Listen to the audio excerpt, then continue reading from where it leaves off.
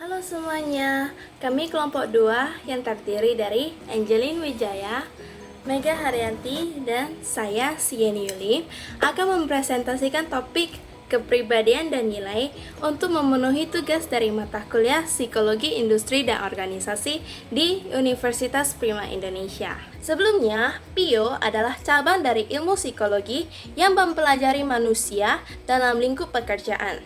Nah, bila kita membahas tentang pekerjaan, tentunya ada 3 aspek yang saling mempengaruhi, yaitu organisasi atau perusahaan yang menaungi, pekerjaan atau apa tugas dan tanggung jawabnya, dan individu atau karyawannya sendiri. Di sini, setiap karyawan memiliki keunikan dan pembedanya masing-masing. Salah satunya disebabkan karena kepribadiannya. Menurut Gordon Allport, kepribadian adalah organisasi dinamis dalam individu dari sistem-sistem psikofisik yang menentukan penyesuaian uniknya dengan lingkungannya. Artinya, kepribadian adalah suatu sistem psikofisik seperti ekspresi, sikap, perilaku, dan perasaan seseorang. Kepribadian dapat dibentuk oleh 2 faktor, yaitu faktor keturunan dan faktor lingkungan. Keturunan merujuk pada gen yang diturunkan oleh orang tua kepada anak-anaknya. Pendekatan hereditas berpendapat bahwa penjelasan utama atas kepribadian seseorang adalah karena struktur molekul gen yang terdapat pada kromosom. Pengaruh lainnya atas pembentukan kepribadian seseorang adalah karena faktor lingkungan, di mana ia tumbuh dan dibesarkan, norma-norma dari keluarga, teman, dan kelompok sosial, serta pengaruh-pengaruh lainnya yang seorang manusia dapat alami. Bila kita kaitkan dengan PIO, sudah seharusnya organisasi melakukan tes kepribadian atau psikotes terlebih dahulu untuk mengetahui siapa kandidat yang paling cocok dengan organisasi maupun dengan posisi kerja tersebut. Selanjutnya kita akan membahas tentang tipe-tipe kepribadian. Yang pertama yaitu The Myers-Briggs Type Indicator atau yang paling dikenal dengan istilah MBTI. Singkatnya, MBTI adalah sebuah tes kepribadian yang diciptakan oleh seorang ibu bernama Catherine Cook Briggs dan anaknya Isabel Briggs Myers, di mana mereka terinspirasi oleh Carl Jung. MBTI terdiri dari 16 tipe kepribadian yang merupakan kombinasi 4 huruf dari aspek-aspek berikut. Yang pertama, extraversion versus introversion. Dimensi ini menggambarkan bagaimana kita berinteraksi dengan lingkungan kita. Apakah kita mudah bersosialisasi atau kita cenderung tertutup?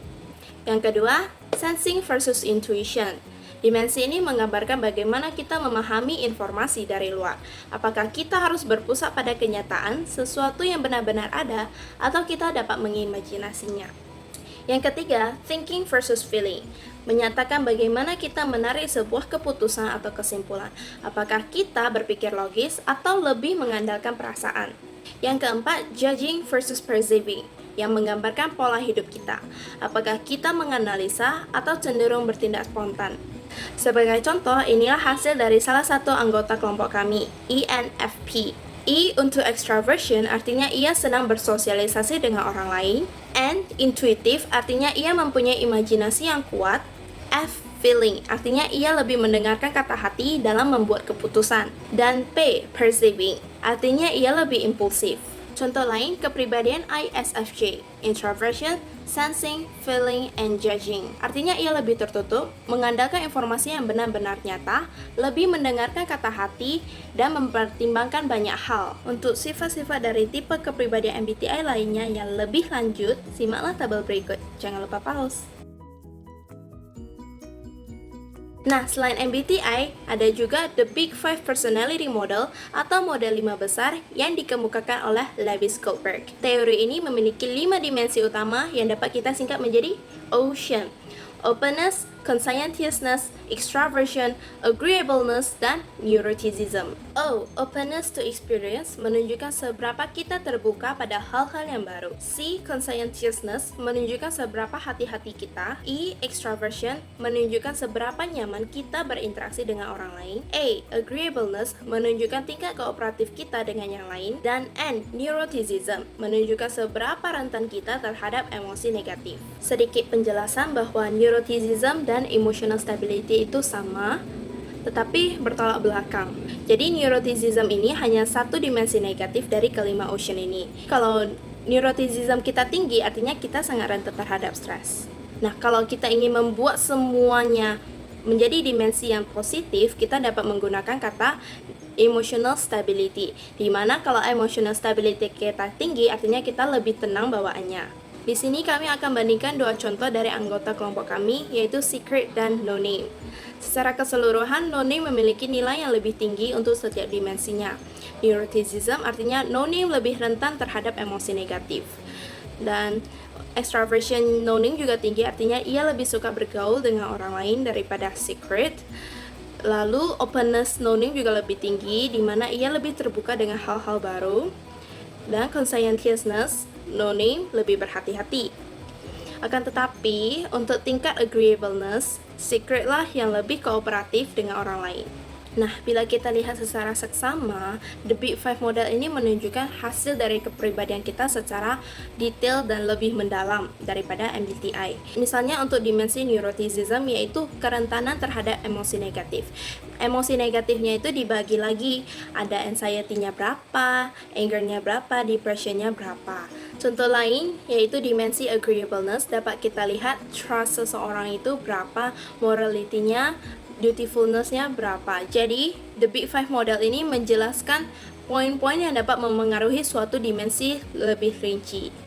Bagi kalian yang belum mengetahui apa sih tipe kepribadian kalian baik secara MBTI maupun The Big Five model, silahkan cek link di description box setelah akhir video. Lalu, apa sih pengaruh hasil The Big Five model terhadap PIO?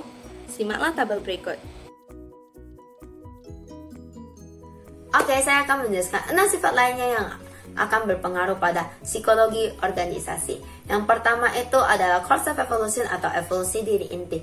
Core self evolution atau evolusi diri inti ini memiliki definisi tingkat di mana manusia menyukai atau tidak dirinya sendiri, lalu memiliki dua elemen penting yaitu locus control dan harga diri. Harga diri di sini di mana kita menyukai tidak diri kita, menghargai tidak diri kita sendiri. Evolusi ini memiliki positif dan negatifnya itu kayak kita tidak menyukai diri kita sendiri, kayak kita selalu bertanya apa sih kemampuan kita, selalu bertanya dan merasa bahwasanya kita tidak punya kekuasaan di lingkungan kita, tidak berdaya lah. Lalu kalau positifnya kayak kita diberi rintangan sebesar apapun, pasti kita sanggup menyelesaikannya dengan kompleks. Lalu saya akan menjelaskan yang kedua itu adalah Marxism. Marxism itu adalah orang yang pragmatis, menjaga emosionalnya, menjaga jarak di emosionalnya, dan dia tidak mempentingkan lagi prosesnya itu kayak mana.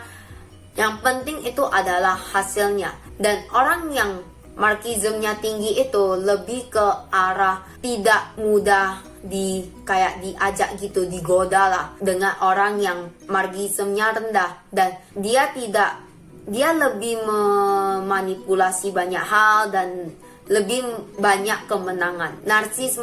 Narsisme ini kayak paling gampang sih kalau untuk dicerna. Narsis itu kayak dia ingin pengakuan yang berlebih, orangnya egois, orangnya arogan, tidak peduli dengan lingkungan sekitar, pengakuan yang berlebih.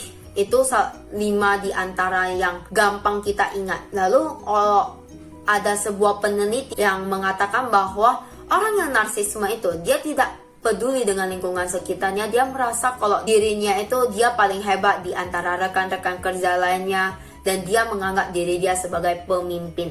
Orang lain yang merasakan bahwasannya dia adalah orang yang buruk dalam pemikiran, buruk dalam kepemimpinan. Dan saya akan menjelaskan yang keempat itu adalah self-motoring atau pemantauan diri, penyesuaian diri gitulah. Kayak kita masuk nih di suatu perusahaan dan kita anak baru. Kalau orang yang self motoringnya tinggi itu dia kayak penyesuaian dirinya cepat dan dia langsung bisa penempatan diri dia itu di mana. Sedangkan orang yang rendah itu kayak dia berpikir, saya harus kerjain apa ya, saya masih anak baru nih, kayak penyesuaian dirinya itu lama. Yang kelima itu prosperity for risk taking, pengambilan resiko. Orang yang ini itu kayak orangnya tidak takut, kayak berani gitulah, berani dalam mengambil resiko. Dia tidak takut dalam rintangan gitu, tapi dia lebih menyiapkan mental jikalau masalah itu datang. Lalu yang terakhir itu adalah proactive personality atau kepribadian proaktif. Kepribadian proaktif itu kayak orangnya itu inisiatifnya tinggi, kayak dia tidak mempedulikan apapun yang terjadi, tapi dia membuat perubahan yang berarti. Perubahan yang berarti itu kayak perubahan yang positif di lingkungannya. Dia tidak akan peduli dengan rintangannya, kayak dia tidak akan peduli dengan semua orang. Yang penting kalau sampai perubahan positif itu terjadi, dia merasa bangga pada dirinya.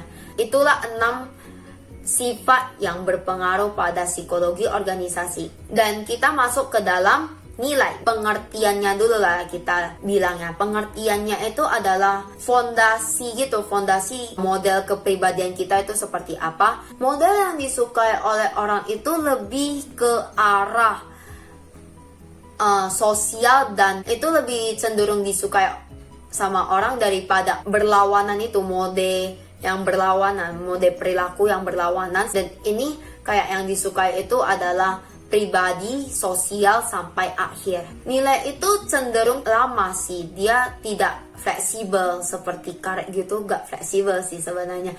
Dia lebih cenderung stabil dan bertahan lama. Itu pengertian dari nilai. Dan yang kedua itu, pentingnya nilai itu apa sih bagi kita? Pentingnya nilai itu karena itu fondasi kita untuk bersikap, memotivasi diri sendiri. Hal ini dapat merubah persepsi kita. Dari persepsi kita ya merubah pendirian kita loh. Itu yang saya akan jelaskan sampai sini. Jenis nilai itu ada dua. Yang pertama itu Rockets Philosophy, yang kedua itu adalah kelompok kerja kontemporer. Rockets Philosophy itu terbagi menjadi dua kumpulan nilai, yaitu nilai terminal dan nilai instrumental. Nilai terminal adalah tujuan yang ingin dicapai. Nilai instrumental adalah cara untuk mencapai nilai terminal. Contohnya seperti kemakmuran dan kesuksesan. Kemakmuran dan kesuksesan adalah nilai terminal, dan cara untuk mencapai kemakmuran dan kesuksesan adalah dengan cara bekerja keras dan mempunyai cita-cita. Yang kedua adalah kelompok kerja kontemporer. Kelompok kerja kontemporer adalah nilai dalam bekerja menurut generasi atau angkatan kerja. Perubahan nilai terus terjadi dari satu angkatan ke angkatan berikutnya, namun tidak memastikan bahwa setiap orang pasti memiliki nilai yang sama dengan angkatan kerjanya. Dan nilai angkatan kerja di suatu negara pasti berbeda dengan nilai angkatan kerja di negara lain. Contohnya di USA terdapat generasi veteran, baby boomer, generasi S, dan nester. Generasi veteran itu biasanya orangnya bekerja keras, loyal pada organisasi.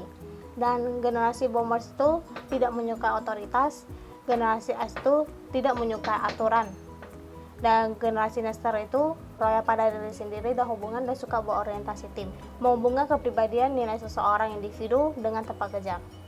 Yang pertama itu person job fit, dan kedua itu adalah person organization fit. Person job fit adalah kesesuaian kepribadian dengan pekerjaannya, atau dengan kata lain, kepribadian dan pekerjaan apabila cocok maka akan memunculkan kepuasan pada diri seseorang. Di sini ada 6 tipe kepribadian. Yang pertama itu realistis, adalah lebih menyukai kegiatan fisik yang membutuhkan keterampilan. Kepribadiannya biasanya pemalu, gigi. Contohnya seperti mekanis. Yang kedua itu peneliti, lebih menyukai kegiatan yang melibatkan pemikiran dan pemahaman. Karakternya itu ingin tahu, mandiri, dan contohnya itu ahli biologi, ekonomi, matematika. Yang ketiga itu sosial, lebih menyukai kegiatan yang membantu orang lain. Kepribadiannya itu suka bergaul, dan contohnya itu seperti guru. Yang keempat itu konvensional, itu lebih menyukai kegiatan yang ada aturannya. Kepribadian biasanya itu efisien, praktis, contohnya itu akuntan terbang.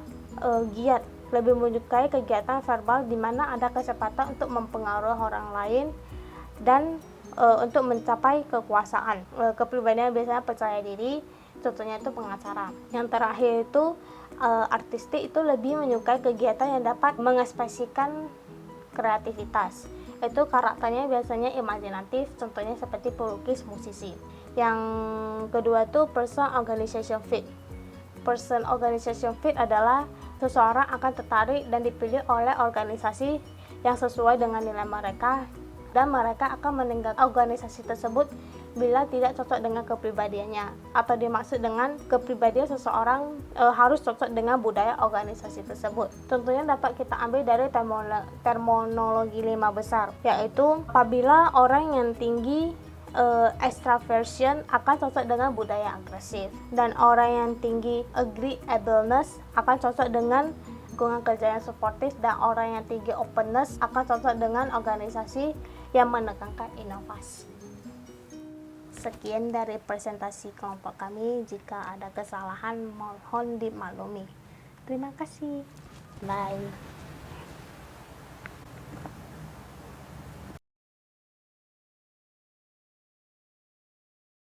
Itu lebih ke arah tidak mudah di Keturunan dapat dibentuk dari dua faktor, yaitu faktor keturunan. Ambil nih.